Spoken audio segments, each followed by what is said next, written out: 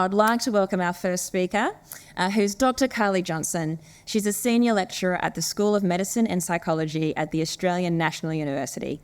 Karlee is a specialist critical care pharmacist at Canberra Health Services and North Canberra Hospital, and she's a fellow of the Australian and New Zealand College of Advanced Pharmacy in Critical Care and Education. Karlee has been awarded a PhD in burnout and researches interventions to optimise health professional wellbeing.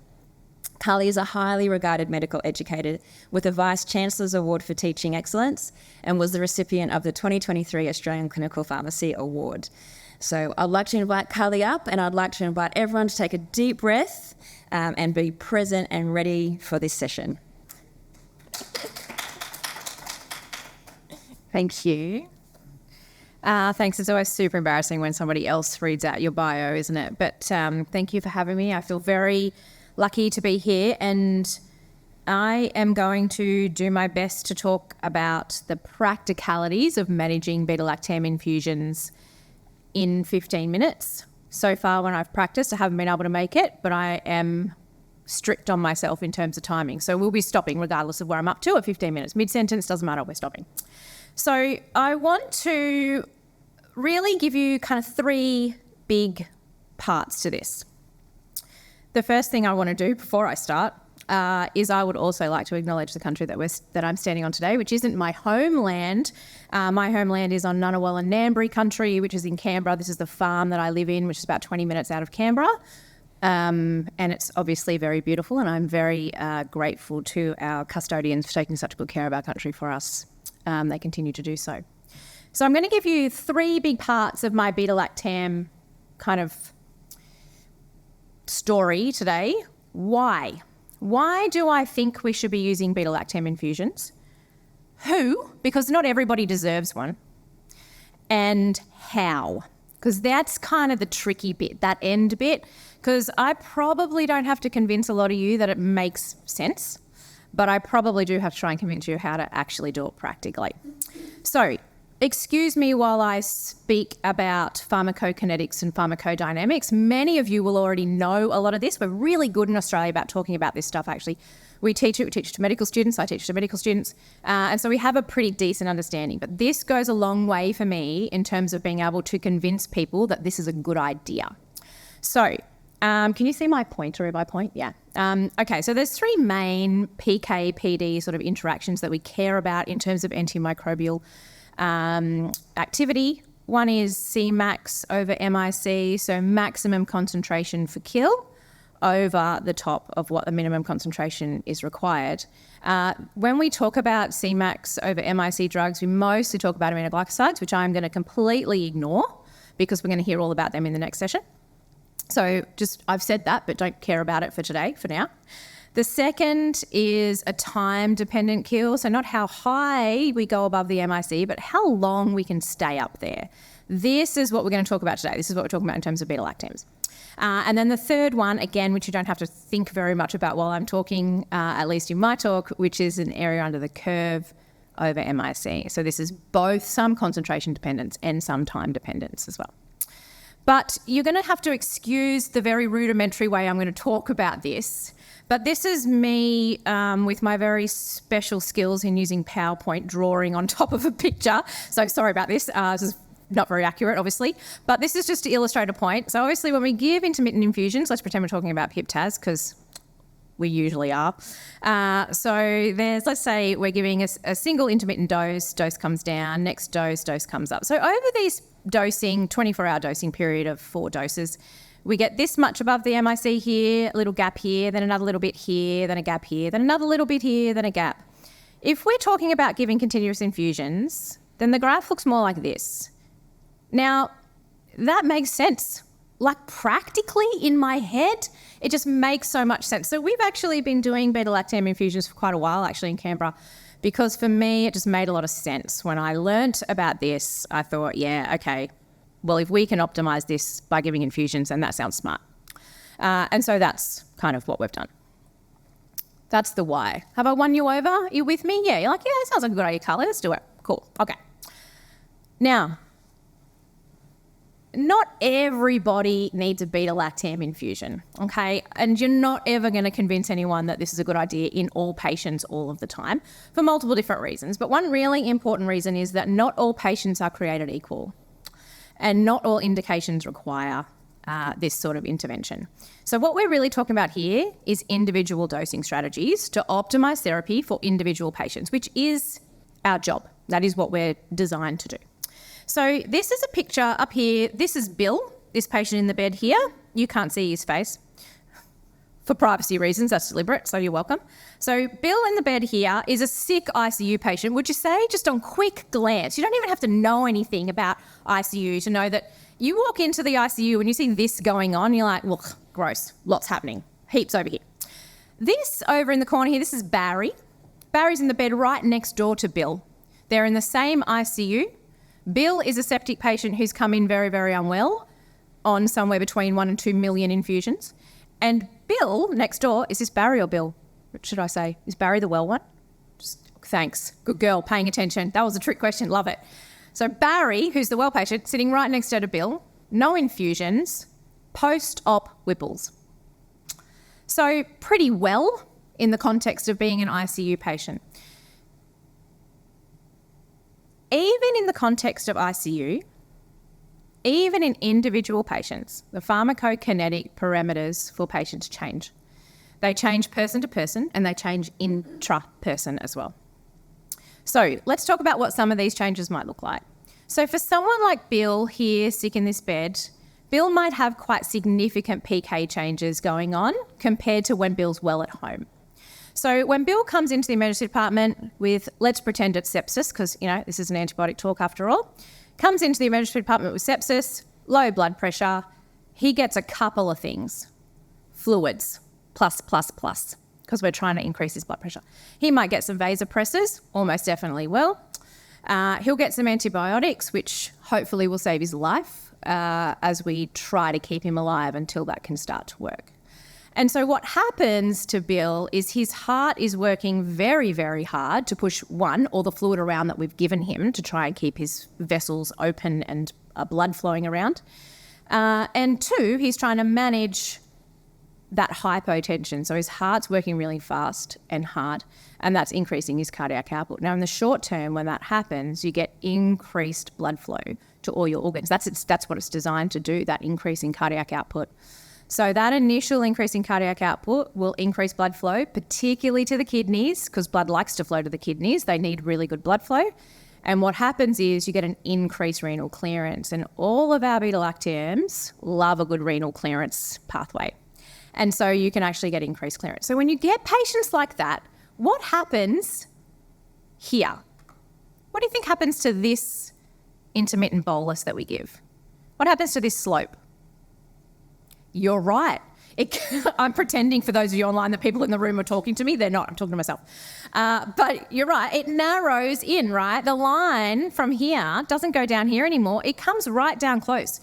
So what's that doing? That's minimising that time that we're getting above the MIC. How annoying. These are the patients who actually really need that time to work above the MIC.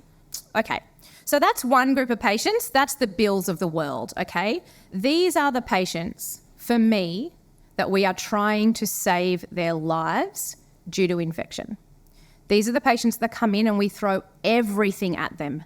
Why on earth are we not optimising the way that we give the antibiotics to try and help them? We are so good at going, have we got a broad enough agent? What do we need? This person's going to die in front of us. Let's use meropenem. That's what we do because there's no excuse for not meeting our spectrum target. Let's make sure we've got the dose right? Volume of distribution's increased. We talked about all this fluid, increased volume of distribution. We need to give a nice big dose. But how often are we going, how do we give this antibiotic so that we can optimise the success of this therapy? So I just want you to think about that. So that's the Bills of the world, right?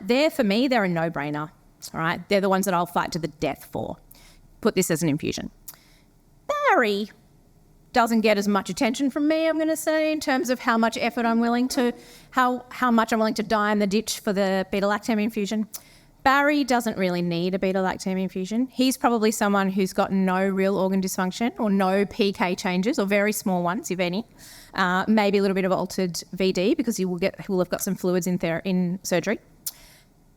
The other group of patients that need to be talked about but are kind of they sit outside of this a little bit, are the renal and hepatic dysfunction patients. So the patients who have reduced clearance, do you know what they're really good at? What do you think their line looks like? What does this line look like in those patients who have got acute kidney injury? Yeah, it goes out like this. In fact, it looks almost more like that. They do it themselves. Save us a heap of time and money. It's great. So we give them less and they'll just self-infuse. Thank you very much. They'll self-infuse that, they're done. So these patients here, they're an easy treat. So if I've got a patient, if I've got a patient who's on a fairly low dose, I won't infuse it because there's probably no benefit to doing it because they're doing it themselves. If I've got a patient on a full dose of any beta-lactam, the first thing I think is, should this be getting infused?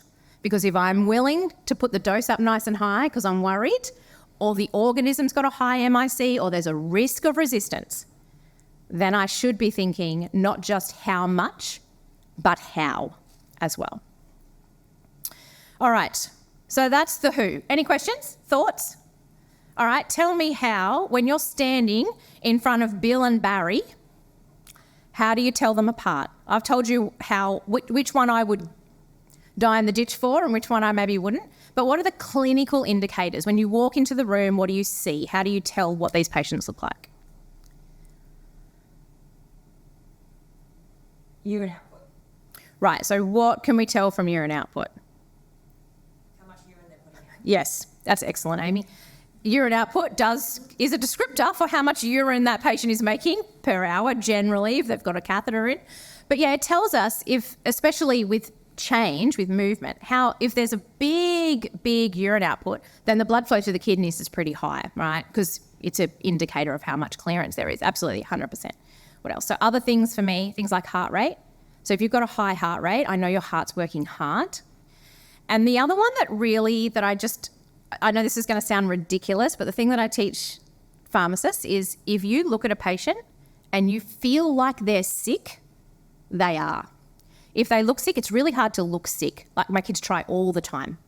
It's impossible to look sick.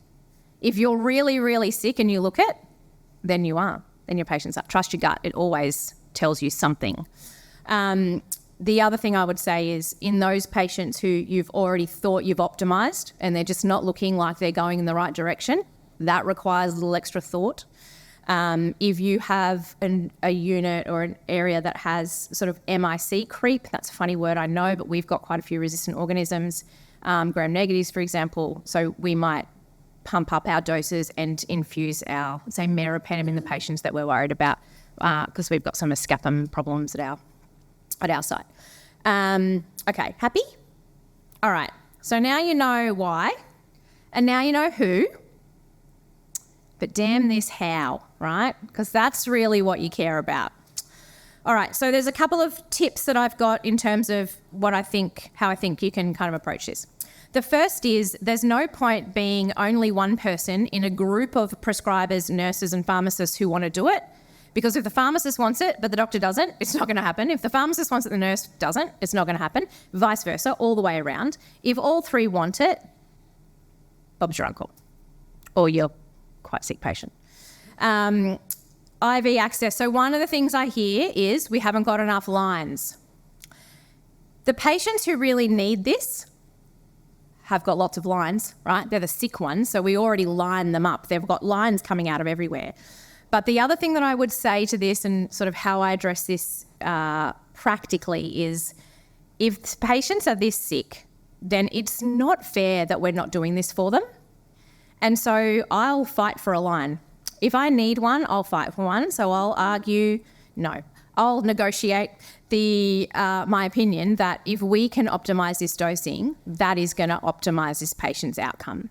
And so the other really cheeky and nice thing about beta-lactams is they can go peripherally, right? So even you don't need a tight central line, they don't have to be neat. You're kind of asking for low-level lines compared to what they're kind of used to doing. So that's always a little cheeky thing.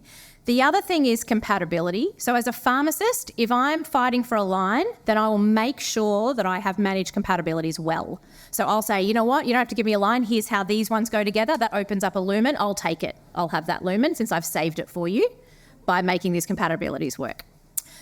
Stability is a fallacy. It's not real. It doesn't matter about stability because we just hang our bags for as long as they're stable, and then we hang another bag. So meropenem, for example, because meropenem's not stable for 24 hours in a bag, so we hang, instead of 3 grams over 24 hours, we hang a gram over 8, a gram over 8 and a gram over 8, and we just do that. That's still a continuous infusion. It's just not all in one bag. Nursing time, I've never had a problem with. The nurses in our unit, it's a one-stop shop for them kind of thing. They're already making these, they're either making 4 bags of Pip-Taz up a day or they're making 1 bag. It doesn't seem to be a big drama for us. So, and my final point is this is about targeting the right patients. And so if you can optimise which patients you're getting, then you don't have to have these negotiations all the time. And so you make your point and it's a clinical intervention because it's optimising care. I'm not going to talk too much about this just because I'm out of time, but I want to just mention a few little things. The first is always give a loading dose to make sure you're in the therapeutic range. The second is we don't have beta-lactam TDM in Canberra. We send ours here to Brisbane. And so this way I know that I'm optimising the dose as much as I possibly can. If my patient still doesn't get better, then I will send a level because it takes us a couple of days to get back. Switching is actually really easy. When you're going to give the next dose, you just give that dose and then start an infusion. That's actually like a really simple thing. CNS dosing is complicated, and we could argue about whether you need high doses and a nice high peak or whether the time-dependent infusion is a good idea. My argument here is if patients are sick and they're hyperdynamic, then an infusion is never going to be a bad idea in those patients. Renal function is dynamic and you need to be dynamic about it. And every time you have a patient on a big full dose, you should be thinking, should this patient be getting this infused? Amy, I'm so sorry. That was 1 minute over. It's got to be a natural end to that somewhere, doesn't it? Thank you. That was wonderful, Karlee. So I think there's a lot of talk about continuous infusion beta-lactams at the moment with the back of the BLING-3 trial and the systematic review and meta-analysis that came with it. And I think a lot of sites are just thinking about how they're going to potentially switch to continuous infusions. And my thinking was precision dosing doesn't have to be about wholesale switches, but it's about knowing what tools you've got in your arsenal. And so what I think Karlee's done beautifully there is just talk about thinking about which patients could use it and then trying to cut through a bit of the negative chat that's happening at the moment about there being difficulties and just really knowing what the evidence is and knowing what to say to make sure that you're being clear about optimising therapy for your patients. I've lost the ability to see questions, but does anyone have any questions for Karlee in the room or online? Nothing coming up. All right. We will probably have some time for questions at the end.